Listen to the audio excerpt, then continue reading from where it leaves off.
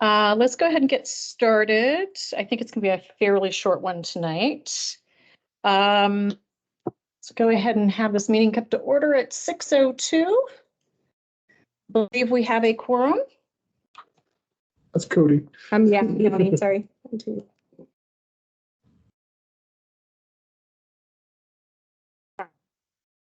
Yeah, you have a quorum. We have a quorum. You need 5.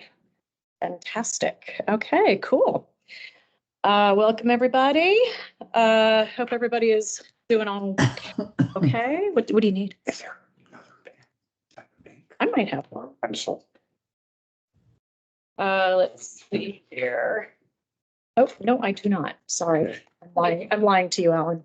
I have a pen if you need one. Thank you. All right. Throw it at you. Since I was not entirely expecting to chair tonight, I don't have a team builder exercise for us. It was good for us to chat a little bit before this meeting started, though, so that's great. Let's see here. Let's move on to old business. Review and approve previous meeting minutes.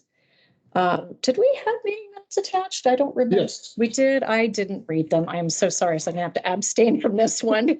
I'm batting 1,000 tonight, right? Yeah, exactly. I love this. No, well, This is the new It's- Michelle. I'm not sure what to do with her. I don't know what to do with me either. Let's see here. So do we have a motion to approve? Yep, me, Doug. Doug, okay, perfect. Second. Oh, I can't. Yes, you can. Yep. All right, and all in favor of approving the meeting or the meeting minutes? Wow.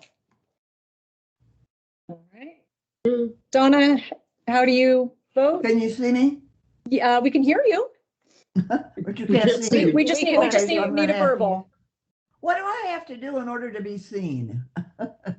I'm sorry, Donna. I don't know. I'm not. And I'm still handy. struggling with whatever's going on here. Let me just raise my hand. Okay. There you go. Okay. Perfect. That's I'll do that. wonderful. Okay. Okay. Any opposed? Abstentions is me because I failed on doing my homework this time. Okay, perfect. So let's go ahead and move into the Senior Resource Center. I think you had an update for Yes, us. Senior Resource Center is coming to the next meeting, which is scheduled for March 13th. They will present and be at the meeting. Thank you, Councilor DeMott, for giving us that connection. And we've also invited City Council to that meeting to listen to that same conversation and receive that presentation. I Cool. just saw him. Oh, there you are. I was like, I just saw you. Okay. Perfect. Okay. And is it just sort of a general presentation? Are there any materials that we should have or review before then? He did not indicate that. I imagine it'll be a presentation and an opportunity to ask questions. Cool. Sounds good.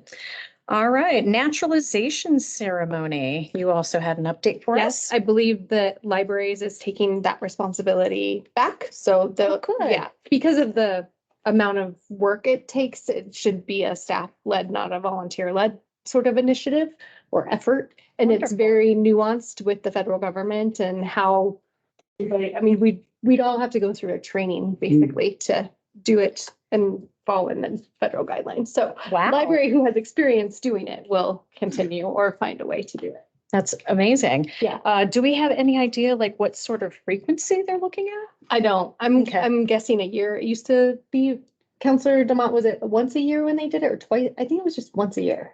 I think it was once a year, but I can't swear to that. Yeah. Okay. Rich's hands up. Okay. Rich's hands up. Oh, sorry, Rich, go ahead. I'm so sorry. I'd love to be notified of those if allowed. I'd like to attend if I'm Okay. able. Yeah, I think that was kind of the idea is that it would be something that we would all be encouraged to actually attend. Yeah, I think don't- they were, I know thought they that- were public. I don't know that they are. Oh, they're not. Oh, And okay. I can find out. But my understanding is because sometimes they're controversial and it's not that they're controversial, but people who are maybe not supportive can sometimes maybe create. Really? Mhm. Yeah, so the federal government takes it really seriously, Oh, and so okay. there's ways. Wow. One example is if you see them coming in for the ceremony and you want to direct them there, you don't ask them if they're there for the ceremony. You have to, Oh, the way you ask the question if they're there for that is very specific, to not draw attention to those who are Interesting. going through the Okay. process. Yeah, okay. I'm assuming, and I'm not saying it's locally that but yeah. likely it's happened somewhere in the country where there's been Uh-huh. challenges. And so they've set up very rigid specifications about it. I will ask but Thank you. just, and let them know that we're supportive. But I want to say yes Okay. when maybe it's not a yes. Okay, and that's totally, Thank you. those are all very valid reasons. Okay. Let's see here. But Advice. maybe the option to that is y'all could be invited guests or something like that, right? Yeah. So Yeah. let me see what I can. Okay, that would be amazing. All right, advisory boards meeting. Okay. I feel like this is your meeting tonight. Yeah. You guys had a meeting a month ago and gave me a bunch of to-dos, and so I did. We did. I'm sorry. It's okay. There's just 4. This is easy. Advisory boards. So I talked to the 2 people who oversee our boards and commissions, and we were talking about maybe there's an opportunity around the onboarding, and would be maybe best beneficial to have the conversation after council goes through their strategic planning process in mid-April. And so one, onboarding won't happen till after that. 2, but they like the idea, so we're gonna see what makes sense. And then the last council meeting, and Councilor Demott can talk to this. The council did talk about having maybe some sort of conversation or doing something with the advisory boards to help, maybe help with goal setting, or at least specific initiatives for the year. So he can talk more about that. Great. Is that right? You can tell me I'm wrong next. No, you're right. And I think that we may talk about that in our strat plan. So I'm happy to kind of give my 2 cents on it, and kind of what I'm going to continue to advocate with my colleagues on when it's my. Perfect. Okay, so we'll just wait for an update on that. And then the city council invitation, similar sort of delay, just based on when Yeah, they're kind of done drinking out of the fire hose. correct. Yeah, okay. They have a busy few months ahead of them. Yeah, exactly. So that brings us to the city council report. Councilor Demott, the floor is yours. So we are getting ready to do team building next weekend as a council with our new members. So obviously some of that's got delayed, and we made some extra work for Cody. With the mayor and I think I probably shared this last time, that she had open heart surgery. So everybody wanted to make sure that she could participate. And I think that that's important, especially, one, you want everybody to be a part of that because there's 7 of us and we want to make sure everybody's voices are a part of our team building. But 2, in my mind, she brings a plethora of knowledge of being a community servant for many, many decades, from city council to being the mayor to being on our Jeffco school board for a lot of years. So with that, I'm thankful that Cody was able to kind of juggle that for us. So the 24th, we have our team building, and then it was a March date, right, that we're doing strat planning that we finally April 13th. April 13th. Because March is like spring break. Yeah, basically, the whole month. so March, and I know, trying to think that's kind of the big thing that's really coming up for us, is to go down that path. I'm trying to think if there's any like real stick out kind of topics that we've crossed since the year started. I know we've done some onboarding sessions for the new council members. Last night we went over kind of like comprehensive plan, or not last night, but Monday night, comprehensive plan. Kind of what that looks like, how they go about it, what zoning is, and some of that stuff. So I know the new council is still trying to get as much knowledge as they can. There's a lot to learn. So even being here 6 years, there's always something to learn. I don't have a huge update tonight, honestly. So if you guys have any questions for me. I do. And it's only because I am behind on listening to council meetings. Sure. So I remember back in December, there were a couple of asks by a couple of council members. One was about the mobility plan. I believe that was Councilor Azadi was asking about the mobility plan, whether or not there was any I believe this is just memory because I don't have my notes with me tonight, but just whether or not there have been any updates to it. I wasn't sure if there was any follow-up on that in any of the other council sessions. I'm glad you brought that up just because it jogged the other thing I was going to share that we were just talking about earlier. Is I don't know that there were any updates in the council sessions. I think that that there may have been a lot of times with that stuff, we usually get agenda memo, and if it satisfies what the counselor requested, it usually, doesn't come back necessarily in a study session unless it's warranted. But I don't believe that there's been any substantial changes to that from the ask. So I do think that there was a council memo, but I can't swear to that. But there hasn't been anything in a meeting. But typically anytime that a counselor asks for something, we get a update, and by now we would have gotten an update. So I'm pretty certain that there was.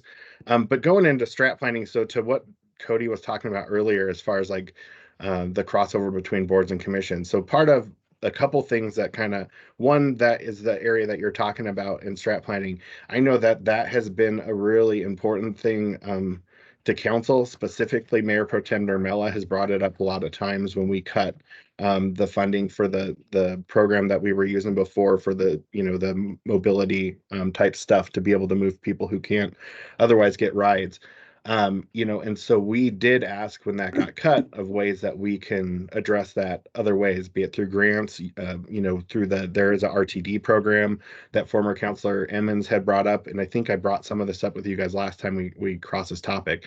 But the reason why now it's kind of, something that's going to continue as a conversation is we are going to talk about that in strat planning. And like, I know that's, something that we asked to come back. So I would imagine that conversation will continue into strat planning to make sure that, the majority of council wants to address that, because that strat planning then feeds into council and priorities for the staff. And then staff comes up with ways that they can, basically move the needle. And I think in the last couple of strat plannings, we've been really good in my mind, as far as, staying at a level where we're saying, here's the need. We want you to prioritize that need, and then having staff come back with, here's ways that local government can move the needle in ways that we actually are capable and have the resources to do that. Because at the end of the day, if we make a goal and they don't have those things, as good as the goal might be, it doesn't really move the needle. So I've been pretty pleased the last couple of years as far as how that's went. But we have some new council members, so we certainly want to make sure that, the majority of residents voted in some new folks, and we want to make sure that they get to be part of that process. And if there is any shift in priorities, or things that they want to double down on, or whatever it is, we certainly want them to be part of the conversation. And then, you always hope that ultimately 7 people can agree on the path forward. That's very difficult, but I think though the nice thing that I would say is Michelle with what's her firm's name? Our strat plan person, Michelle with Michelle Kennedy, and what does her group though? very done. Very done. She does a fantastic job in dragging out of people, like, here's the shared goal. And so I think that there were very few things that there was disagreement on last time. I think there were some things that maybe didn't make it on the board that some folks would have preferred to be on the board. I think that's the case for any of us. So I'm pretty hopeful about that. And then to the conversation about boards and commissions, one of the things that I've for a long time advocated for is, that and I don't mean this to say that we should fully 100% direct your work and tell you what to do, but at some point, I think it would be nice if we did the same thing with our boards and commissions, the ones that are not quasi-judicial, to say, here's some things that we'd like you to focus on, so then you could kind of come up with ideas and have kind of more of a direction. But with that, I think it's that whole topic around boards and commissions and what they look like and what's the right makeup and how do they interact with each other. I think it's going to be a bigger discussion, just because we've been talking about this with a little bit more detail in my mind, probably for what, Cody, maybe the last 18 months that this has kind of been a topic. And I've heard, and part of it is driven off of what I've heard from different boards and commissions over my 6 years. I've heard people, I'll give an example besides your board, the Environmental Advisory Board. I've heard a lot of frustration out of that board or former board members where they just feel like they didn't really get to do work that they felt was meaningful, or they didn't feel that they had, proper direction from council or staff. And so, and then if I look at where we're at in terms of trying to recruit people, we're obviously not doing as a good of a job in attracting people for whatever reason. I don't know if it's just generally people are disengaged from local government at this point, which I don't feel that is the case. Or what the barrier is, but it used to be, and I know a lot of you guys, when you went through the process, if you remember, it used to be a competitive process. Now it seems like we're struggling to get people to fill spots. And so I don't think that that's the position that we want to be in my mind anyway. So, I expect it to be a topic. I know at least the majority of council wants to talk about it. Some of that is just my 2 cents, just from, doing this in my perspective, and bringing some of the, the things I've heard from you all and other boards into, try to advocate for it and make sure that we, hit it right. So, and you don't have to have any feedback necessarily today, but certainly if you have things around those topics and you want me to make them part of the conversation when we go into those meetings in April, please do, either in here, or if you're not comfortable, send me an email, or, or one of the other council members. But this is the, the opportunity to see if you can get things that you think need to be addressed on the board with us. Right. And I have another follow-up question just to see whether or not there was any follow-up information. And this was also from the last December council meeting, which is where I left off. Okay. And I believe it was Councillor Ireland brought up a really great point, which was about sort of connectivity across the city. So this would be cell service, where we do have dead spots, even in this like suburban area that we would just assume that everybody has really great cell coverage. We really don't. And I know that a question came up about trying to map connectivity, both in terms of, I believe, internet as well as cellular service. That conversation, I think, is going to be ongoing. We have had follow-up as far as like, here's what we can do, can't do, what we are doing, what we're not doing. But I think that that's become kind of if there was even a phone call on Monday about that general topic, which Monday covered a gamut of different topics. There was a lot of good public participation in Monday. So, I imagine that's going to probably come up in strat planning, but certainly since you brought it up, I'm happy to kind of follow up. And I think, for me, in my perspective of it, because obviously that's private industry, there are ways that the local government can try to incentivize or, make sure that we're not creating barriers. And, you covered not just cell, which I'm glad to hear, you bring it up, like Google Fiber. I'm curious to find out where we're at with that particular one, because I signed up for Google Fiber when I first heard about it. I don't know how long ago. So I was pretty excited when I heard that they were, coming to town, because from a technology perspective, since that's, what I do for a living, I'm pretty excited about that, because I think, and as much as I'd like to get it as soon as possible, there are some parts of the community that don't have more modern connectivity, just because the carriers haven't went into their neighborhood. So historic Westminster specifically. So I had asked about that when Google came in, and I, just gave my 2 cents that I would hope that they would look to prioritize some of those areas, because I think there's a market for it. So one, it's beneficial to the community, but two, it's, there's a market for them if they went into those communities that don't have the ability to get any kind of other high speed. It's a win-win as far as I'm concerned, because, they're in business to make money, and there's people who want their services. So, figure that out, because like in my neighborhood, as much as I want it, I do have some ability to do, like Comcast is who I can go with, and you actually get really good speeds. The other carrier, they're pretty much kind of your option in my neighborhood, but at least, we do have that option. I know talking to residents in historic Westminster, they may have multiple carriers, but there's just not the infrastructure down there to get the fast speeds in a lot of those neighborhoods. Right. Perfect. Thank you so much for that.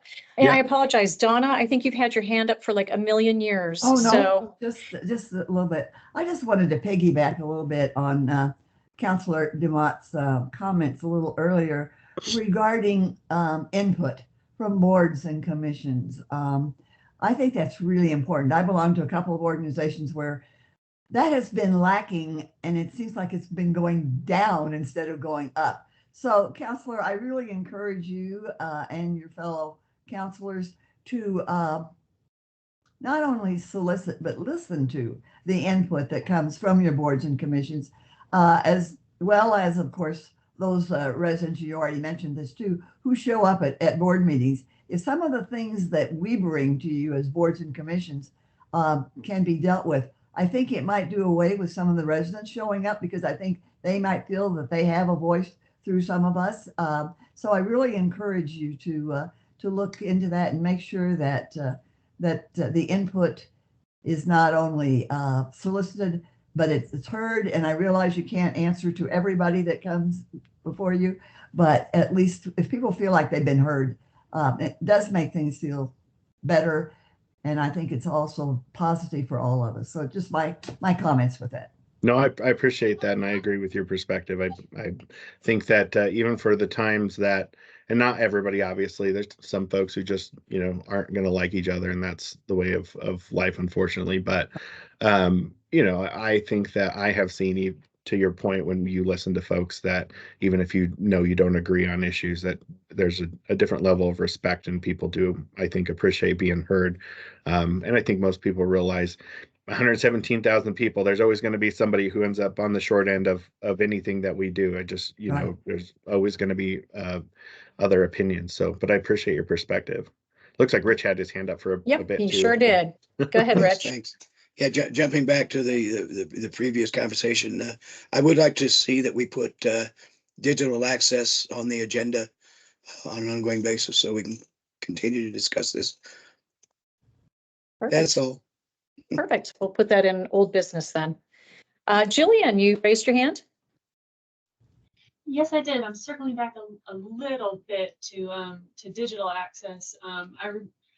I forgive me for not being super well versed in the details, but I remember a couple of years ago, Fort Collins had a whole ballot initiative about whether or not Fort Collins could get an exemption to the state law saying that local governments can't offer broadband as a utility. Has there ever been any discussion about, does Westminster want to ask its citizens if they'd like to buy internet from Westminster, just like they get their water from Westminster? They're certainly not in recent history, and I don't know if, as not recent history as, I don't know if there's any other council members who were part of those conversations but myself. And I don't remember the exact details, but I do know we've talked about it in the past, and I know that there's challenges around it from a city level. But again, this has been some years ago. I do know some other municipalities do actually do that. I believe Longmont is one, and I think there might even be Lafayette might do it. I'm not sure, but I think they're more it's more frequent in the northern cities, I think. I think, one of the that's one way to skin it. I think one of the other things that at least I advocate for is, how do we make sure, there's a lot of carriers who are already in Westminster, and so how do we assure that we're not creating barriers to them, so that there's a good market in terms of providing low cost options, because there's low cost options out there, especially in neighborhoods where there's a lot of access to the different carriers. If you have a carrier who they're your only choice in a particular area, that does affect the the market. So but there hasn't been that conversation for some time, and I honestly just can't recall all the details of why it wasn't really recommended, but it didn't really go that far. But I want to say that was when I was really pretty new to council the last time we talked about that. So it's been some years ago that we've discussed it as a city. Yep, I think that's a really great thing to bring up, Jillian, just because I do work for someone who chairs the Joint Technology Committee down at the Capitol. And so, one of the things about municipal broadband is that it does incentivize private companies to up their game, to either provide better service or better pricing. And so that is something that we've also seen nationwide. So really what it does is, because in some areas where you don't have multiple companies competing for their customers, they're not incentivized to do much. They know that they've got you. So, I know that we have multiple carriers here, and, that is definitely something to watch out for. We don't have a lot of carriers, so I do think that a municipal broadband is still a viable addition to the marketplace. It wouldn't be a replacement, it would just be an addition. So. Yeah, and I mean, I guess I don't disagree. I think it just depends on the community and what the barriers are. I mean, I understand the technology at a different level, because that's my subject matter expertise is kind of the infrastructure piece. That's actually part of one of the class I teach at Red Rocks. You talk about all that kind of stuff, and so it for some communities it's right. And again, I don't know where we are today with it, just because it hasn't been talked about. I know over my time there has been extensions to our even our fiber, that backbone that we have as a city. So things change and technology improves, and the way that we even cross connect our city is different. So who knows in the future. I don't disagree with any of your points. It's just, to date, it just wasn't something that staff felt they were going to advocate for. So Yep, exactly. It is expensive to get into that, but in all fairness, though, there are a lot of grants that are going to be coming into play soon through the state. So who knows? It might be worth at least a brief discussion amongst your colleagues to see whether or not it's something worth exploring. Yeah, I'm now that certainly things have happy changed. certainly happy to bring it up. They, I think that you make some good points too. I think, years ago when they first started talking about that being kind of a really an inclusionary kind of topic, because so much of education now, and then after COVID, they doubled down. I have heard of a lot of federal initiatives to say, how do we make sure everybody has access to it? And I don't know. I think that you've seen, from my understanding, and you probably know some more of this, with your work at the State House, but sometimes the more rural areas probably get some of those dollars at a greater level than we do, just because there's less opportunity, and you want to make sure that those folks aren't losing out on education because where they live. But certainly I think it's a good ask, and I'm happy to ask, kind of, is that something we've reevaluated, or if I'll just let council know that you guys asked about it. Yeah, thank you. Appreciate that. Yeah, sure. Rich? Yeah, this is probably one of many areas of around this topic we need to discuss. But I do wonder, in terms of government provided internet, if we could possibly look at partnering with the counties to do that. Just a thought. These are all things there's no finality here. Something we need to explore. Certainly that I do. Well, and one thing that I want to ask, just since you guys are on the topic, is, in the past we have had our partners that are carriers come and talk to us about programs that they offer for folks in the community. I know Comcast has come at some point before in my time, and Comcast has a thing for low income folks that you can get like broadband for, I think, like $15 a month or something like that, depending on your income level, and they partner with the schools. And I know that the city, at some point, I've heard a presentation about it. So that might be something else that staff might be able to just ask the carriers what programs they're offering, that maybe we could report back. But I'd have to ask. They might tell me that I'm crazy. So, I don't know. I'll ask. Certainly worth it. Okay. All right. Anything else, Councillor DeMott, on your end? So. Oh, he froze. Yeah, That was you froze for a second. Speaking of Okay. technology, Yeah. you froze Am for I a still moment there. froze? Yeah, no, you're No, good. You're no. good. We just Yeah, wanted to make nothing- sure that there was Yep, nothing on my nothing. end unless you guys have questions. Yeah. Great. I'm good. Great. Any other questions from? Great. We don't have anything listed on new business, and that was something that came up when we were trying to set the meeting, is that there are so many things with seeing a new council, so many things that are still in flux, that it's really hard to throw anything new on there without really making sure that they're all set before we actually move forward with initiating any new discussions or projects. However, if anybody on the board has any ideas that they would like to bring up for the agenda for next month's meeting, please forward those to Cody, And remember, we'll have a guest. and we will have a guest. But it's a new year, new business is welcome. And the April meeting, you have the Wednesday before council's retreat, which is sort of a bummer. Oh, that is a bummer. Yeah. I mean, it'd be nicer if maybe you could reschedule it, but maybe there's something else that will come up and we can. Who's the guest next month? Senior Resource Center. Yeah, perfect. Okay, we are flying along here. Let's see here. And I guess what we'll do is we'll just go to anything new that's happening in the community that anybody wants to share with the group. Alan. Two things. So I was just out in regard to homelessness. So just a little perspective. A year ago, I typically would see about 34, 35 people. Up until about 2 months ago, I would see about 40 people. Lately, I've been seeing 50. Today, I encountered 60 people. 10 of them new to me that are out there. Not all are in Westminster, but some are just across the street. For example, along 72nd Avenue, might be in unincorporated Adams, but they move fluidly back and forth.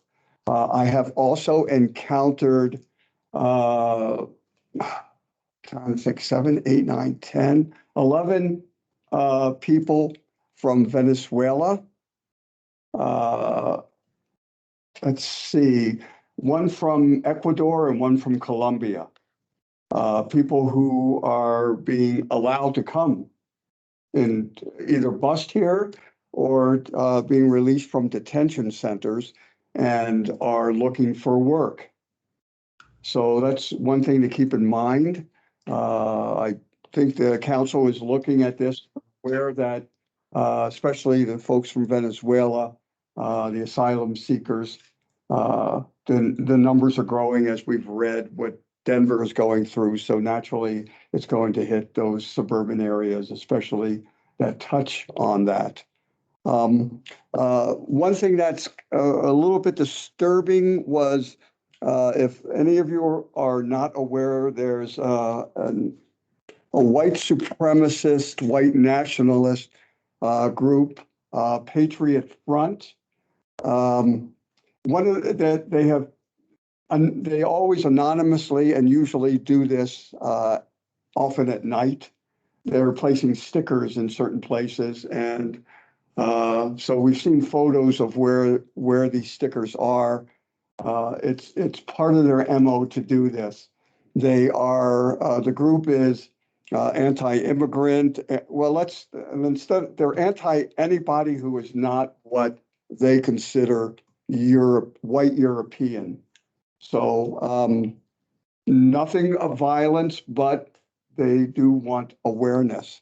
So I think it's good for the community to understand, because I don't know whether these kinds of stickers that are being placed in public locations will be wholly offensive to especially those groups that do not identify as white European.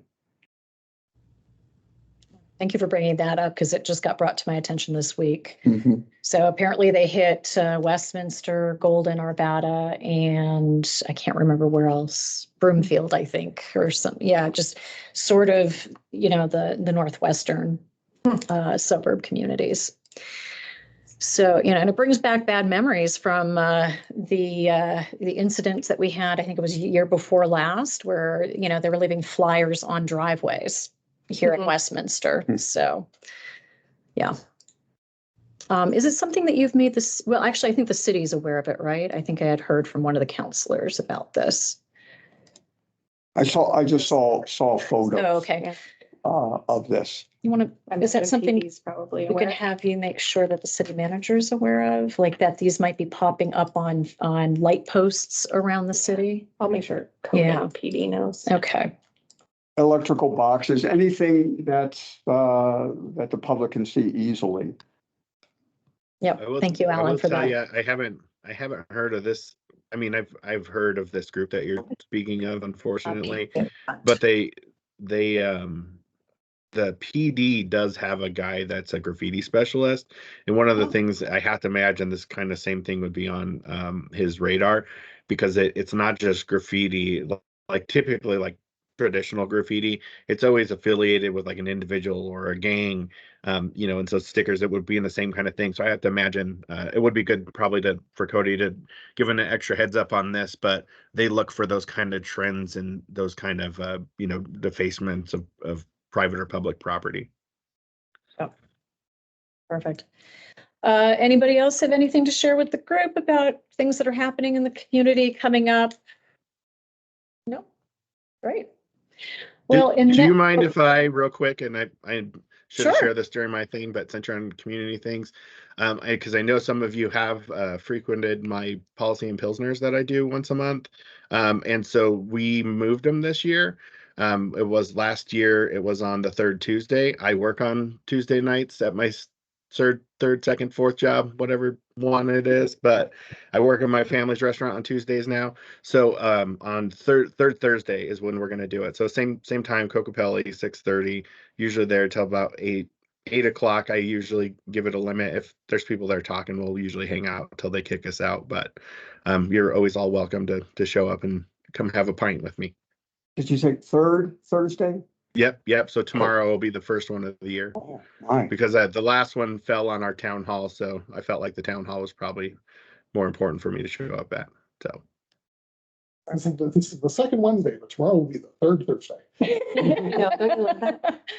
All right. Sounds good. Thank you. Okay. Well, good. Well, unless there's anything. Oh, sorry. Go ahead, Doug. Sorry. They should make a Thanks. sound when the hands go up too. Little box in the little hand. It's not enough for me, apparently. Ding dong. I'm blank by this time at night. So I just wanted to remind people that the One Book Westminster is underway. It goes out through April. There are a few events left that haven't happened yet. Particularly, there's an author talk on Saturday, March 9th from 2 to 4 at the City Park Rec Center. I think most of the other ones are past at this point, except for a couple of book clubs. But What was the time on that again? it's One Book Westminster, and the title of the book is White Horse. No, what's the time on that author talk? Oh, time. I thought you said title. 2 to 4. Sorry. 2 to 4 Okay. p.m. Okay. All right. Thanks, Doug. Good reminder. Yeah, that's a good reminder too. Exactly. All right. Because every time I'm like, anybody else? There's always something. So last chance. Going, gone. Yeah, we're going to go ahead and make this a short meeting tonight then. And we're going to go ahead and, oh, wait, we just need to adjourn, don't we? Mhm. All right. So let's adjourn at, what are we at? 6:41. That must be a record. Thank you, everybody. We'll see you next month, and hopefully we'll have a few more things to talk about. thanks, guys. Have a good week. Thanks. All right. Good night. Have a good one. Thanks, Hope you everybody. feel better, Rich. Yeah, I feel will. better, Rich. Yeah. And I will just say real quick that Goo Gone gets those stickers off real easy. Good. It worked for